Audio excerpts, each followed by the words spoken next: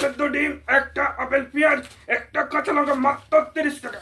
রাজুদা রাজুদা রাজুদা রাজুদা রাজুদা তিনটে আপেল পেঁয়াজ, একটা সেদ্ধ একটু কাঁচা শুনুন না। লঙ্কা, হ্যাঁ? একটা পরোটা, সেদ্ধ কাঁচা তিনটে ডিম, রাজুদা কি আনলিমিটেড বলছেন তোমার? 30 টাকা। মাথা খারাপ হয়ে গেল? আনলিমিটেড তরকারি, রাজুদা, রাজুদা, আপনি আনলিমিটেড কি বলছেন? পেঁয়াজ, রাজুদা? আনলিমিটেড কাঁচা লঙ্কা, আপনাকে একটু আনলিমিটেড ইন্টারভিউ সেদ্ধ নেওয়া ছিল ডিম, আপনার। মাত্র 30 শুনুন না, টাকায়। রাজুদা, রাজুদা। এই দিদি কাট করো। রাজুদা রাজুদা ঠিক আছেন তো আপনি? হ্যাঁ, কি হয় অনেক ভগাররা আসে, তো ভগারদের কারোর ক্যামেরা পড়ে যায় তরকারিতে, কারোর পেঁয়াজে পড়ে যায় মাইক্রোফোন, তো আপনাকে দেখে আমিও পড়ে যাচ্ছিলাম, এইরকমই একটা ব্যাপার আছে। ও হাউ সুইট রাজুদা। আচ্ছা শুনুন না, মানে শোনো না রাজুদা, বলছি তোমার ইন্সপিরেশন কি আর কি তুমি পরোটা বেচছো যে?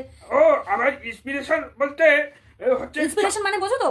হ্যাঁ আমি আচ্ছা। 10 অবধি পড়েছি, আচ্ছা, আমার পয়সা ছিল না বলে যাকে ওটা পরের কোশ্চেনে আচ্ছা অ্যান্সার আচ্ছা দিচ্ছি। আচ্ছা। তো আমার ইন্সপিরেশন হচ্ছে, আমি কেটারিং এর কাজ করতাম, তো ওখানে নানান জায়গা থেকে নানান হাত মানে শিখে আমি দেখি যে পরোটাটাই সবচেয়ে সোজা, সবচেয়ে কম দামে বানিয়ে সবচেয়ে বেশি প্রফিট হবে। তো এইভাবে আমি বাড়ির লোককে এসে বলি, বাড়ির লোক বলে রাজু লেগে পড়। তো আমরা তারপর শুরু করি পরোটা মাখা, পরোটা মেখে দেখছি কিছুতেই গোল হচ্ছে না, চাটুর মতো, চালের মতো। তো আমরা দেখলাম না, আমরা এক কাজ করি, ময়দাটা বেলে ওর উপরে বসে পড়ি, পাছার তো একটাই সাইজ, বারবার গোল হবে, তাই না বোন? বলো ঠিক করেছি কিনা? হ্যাঁ হ্যাঁ একদম ঠিক করেছো, একদম ঠিক করেছো। আচ্ছা তুমি এখানে কত বছর হলো বসছো? আমি 14 বছর মানে এখানে বাস করছি। আচ্ছা আচ্ছা আচ্ছা। তোমার মানে আজ অব্দি যে তুমি এত পরোটা বেচেছো, এই যে এত সাডেনলি তুমি একটা ফেম পেয়ে গেলে, তো না কিরকম বোন, সাডেনলি না, 14 বছর আমি কষ্ট করেছি। 14 বছর আমি গুমা থেকে আসতাম, গুমা থেকে আমি ট্রেনে করে আসি। আমি আচ্ছা ট্রেনের টিকিট কাটতে?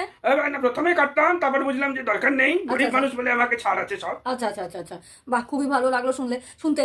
আর এমনি এখানে কটা অবধি পরোটা বেচো তুমি? আমি এখানে 11টা অব্দি বেচি। আমার আচ্ছা। পরোটা বেলা শুরু হয় রাত 11টায়, হ্যাঁ। আমরা তারপর সব নিয়ে চলে আসি এখানে, 11টার মধ্যে পরোটা শেষ। আচ্ছা আচ্ছা। আর এক সময় 100টা পরোটা দিয়ে শুরু করেছিলাম, এখন 400টা মতো পরোটা দিনে হয়ে যায়। আচ্ছা। আর এই যে তুমি এত দূর থেকে পরোটা আনো, এগুলো কি করে এতক্ষণ গরম থাকে? গরম থাকে না তো, এটাই রাজুদার মজা। গরম পরোটা তো বাড়িতে পেয়ে যাবে, তেলে ভেজে নিজেরা খাও। আর রাজুদার ঠান্ডা পরোটা খেতেই তো লোকে লাইন দিচ্ছে। ও আচ্ছা আচ্ছা আচ্ছা। বাকি এখানে দোকানদাররা তোমাকে দেখে হিংসে করে না? হ্যাঁ, করে তো, আমি বলি এই। আচ্ছা রাজুদা, এই যে আমি দেখছি তুমি হইচইতে অ্যাক্টিং করছো, তো এই অ্যাক্টিং এর ইন্সপিরেশনটা আবার কোথা থেকে এলো? এসব সব ছিল মায়া।